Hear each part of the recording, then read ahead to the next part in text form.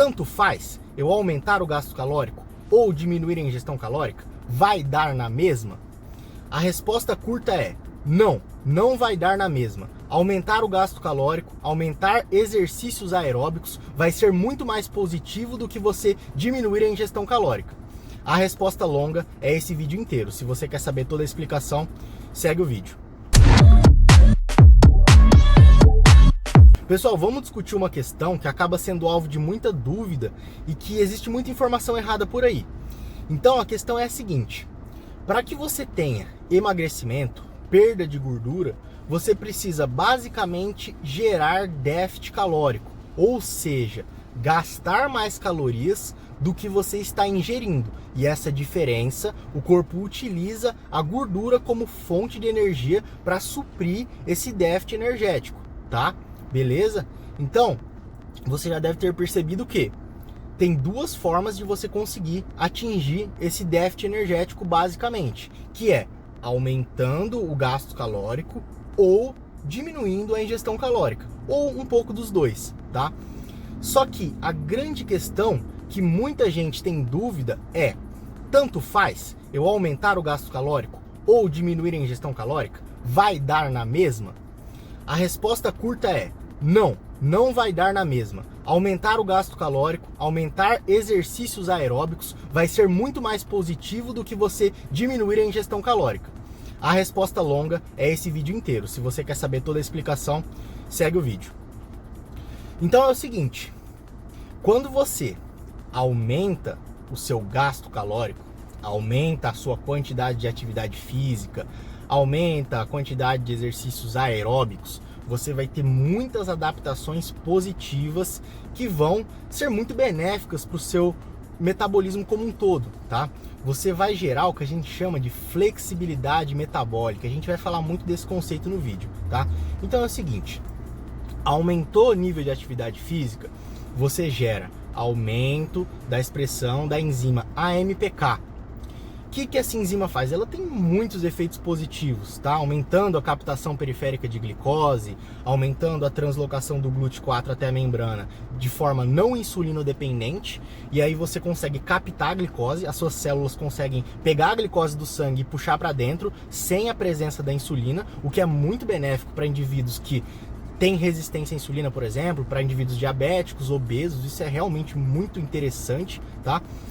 E outra ação dessa enzima AMPK é aumentar a quantidade de mitocôndrias, tá? Mitocôndria é a organela responsável por produzir energia, produzir ATP, tá? Quando eu falo ATP, é energia, adenosina trifosfato, ATP. As ligações dessa molécula de ATP possuem muita energia. Quando elas são quebradas, você consegue produzir bastante energia, tá? Então a gente depende do ATP para ter energia, basicamente. E a mitocôndria é responsável por oxidar glicose, ácidos graxos, né, gordura, aminoácidos, para gerar ATP. Basicamente, essa é a função da mitocôndria. Quando você aumenta a MPK, você aumenta a expressão de PGC1-alfa. PGC1-alfa vai fazer a sinalização para que tenha um aumento na produção de mitocôndrias, que é o que a gente chama de biogênese mitocondrial, tá? Produção de novas mitocôndrias. E isso é extremamente positivo quando a gente fala de flexibilidade metabólica. Por quê? Se você tem mais mitocôndrias, você concorda comigo que você vai ter mais efetividade em oxidar tanto glicose, quanto ácidos graxos, quanto biomoléculas em geral, porque você vai ter maior quantidade dessas organelas, das mitocôndrias, que são as responsáveis por oxidar esses compostos, né? Então, por exemplo, por que isso aumenta a sua flexibilidade metabólica? Sua flexibilidade metabólica é basicamente sua capacidade de contornar uma situação adversa, como por exemplo uma refeição livre muito exagerada. Se você exagera muito numa refeição livre, o indivíduo que tem uma boa flexibilidade metabólica, ele não vai ter um impacto tão grande quanto o indivíduo que não tem, tá? Então, grande parte dessa flexibilidade metabólica é por conta da maior quantidade de mitocôndrias. Então, aquela grande quantidade de energia que você consumiu, de gordura, de glicose, quando você tem mais mitocôndrias, você consegue processar de forma mais rápida e melhor todos esses macronutrientes, tá? Se você tem poucas mitocôndrias, a tendência é que você tenha mais dificuldade em processar tudo isso, você acabe acumulando mais gordura, tá? Então realmente é um conceito assim, muito interessante de você ter flexibilidade metabólica. E uma das formas de você aumentar isso, de você aumentar a sua quantidade de mitocôndrias, é aumentando o exercício físico, aumentando o seu gasto calórico, tá? Qualquer tipo de exercício, você vai ter sinalização para a produção de novas mitocôndrias, quanto maior for o seu gasto calórico, tá? Especialmente exercícios de intensidade um pouco mais alta, tá? Então, além disso também, quando você aumenta a quantidade de mitocôndrias, qual que é a grande questão? Você diminui o que a gente chama de estresse oxidativo. Vamos com calma, porque isso é um pouco complexo, tá? O que é o estresse oxidativo? A gente tem basicamente, por exemplo, o metabolismo das mitocôndrias, quando elas metabolizam glicose para gerar ATP, todo o processo, ciclo de Krebs, cadeia respiratória, você tem o desvio de parte do oxigênio que é utilizado nesse processo, porque você precisa de oxigênio, tá? Para gerar ATP, quando você fala de respiração aeróbica, né? Então, parte desse oxigênio utilizado pelas mitocôndrias, ele é desviado. Cerca de 1 a 5% do oxigênio, ele pode ser desviado para a produção do que a gente chama de espécies reativas de oxigênio, tá? Então, essas espécies reativas de oxigênio, elas tendem a gerar danos em biomoléculas, em células, tá? Na membrana plasmática das células. Elas têm uma alta reatividade e capacidade de gerar oxidação dessas biomoléculas, prejudicando as nossas células, tá? E isso vai ter muitas repercussões. Você prejudica inclusive as próprias mitocôndrias, tá? Você gera o que a gente chama de disfunção mitocondrial, tá? Enfim, você gera todo um ambiente mais pró-inflamatório com estresse oxidativo, quando você tem a grande produção dessas espécies reativas de oxigênio, tá? Qual que é a grande questão então? Quando você produz todas essas espécies reativas de oxigênio, você tem formas de anular essas espécies reativas, né? Por exemplo, o nosso corpo possui defesas antioxidantes. Tem algumas enzimas como superóxido dismutase, catalase, glutationa peroxidase. Essas enzimas, elas vão basicamente ter uma ação antioxidante. Então elas vão, assim, de forma bem simples, anular as espécies reativas de oxigênio e os radicais livres de forma geral, né? Os radicais livres, as espécies reativas de oxigênio, as espécies reativas de nitrogênio também são o que geram o estresse oxidativo, o que aumentam o estresse oxidativo. E o nosso corpo tenta se defender com as defesas antioxidantes das enzimas que eu citei, e também tem os antioxidantes ingeridos a partir da nossa dieta. Então, por exemplo, grande quantidade de vitaminas e minerais, tá? Como vitamina A, vitamina B, vitamina E, vitamina C, tá? Como alguns fitoquímicos presentes em frutas, como por exemplo resveratrol presente na uva, como por exemplo curcumina presente na cúrcuma, enfim, catequinas presentes no chá verde. Todos esses compostos, eles vão ter ação antioxidante, neutralizando a ação dos radicais livres, das espécies reativas de oxigênio, das espécies reativas de nitrogênio, tá? Então, para você ter estresse oxidativo, você tem que ter um desbalanço entre esses dois mecanismos. Você tem que ter mais radicais livres de espécies reativas em comparação com as suas defesas antioxidantes e os antioxidantes que você ingere a partir da dieta, tá? Então, por exemplo, se você olha um indivíduo que possui um ambiente obesogênico, né, que ele tem todo um ambiente inflamatório, normalmente ele desenvolve esse ambiente por baixa ingestão desses alimentos que são fontes de fitoquímicos e antioxidantes. Dificilmente você vai ver um indivíduo obeso, um indivíduo desse tipo que tenha uma grande ingestão de frutas e vegetais, por exemplo, que vai ter uma grande quantidade desses antioxidantes. Então, na obesidade, por exemplo, quando o indivíduo ele tem um metabolismo mais inflamado, ele vai ter um desbalanço entre essas questões, gerando um aumento do estresse oxidativo, ou seja, um aumento das espécies reativas, dos radicais livres em comparação com os antioxidantes. Então você tem um desbalanço nesse sentido, gerando estresse oxidativo. O estresse oxidativo vai gerar muitos prejuízos, principalmente ali para a membrana plasmática das células, podendo levar à morte celular, podendo levar à disfunção das mitocôndrias, diminuindo a quantidade de mitocôndria, tá? Então tudo isso são questões que você consegue amenizar muito com o exercício físico, aumentando a sua quantidade de atividade física. Por exemplo, quando você aumenta a sua quantidade de exercício, você tem outras adaptações, como por exemplo, aumento da atividade das proteínas desacopladoras, tá? As UCPs. Essas proteínas, elas ficam lá na mitocôndria, tá? E aí, quando você tem esse desvio do oxigênio que eu citei, porque, né, para você fazer todo o metabolismo aeróbico, você precisa de oxigênio, parte do oxigênio é desviado para formar espécies reativas de oxigênio.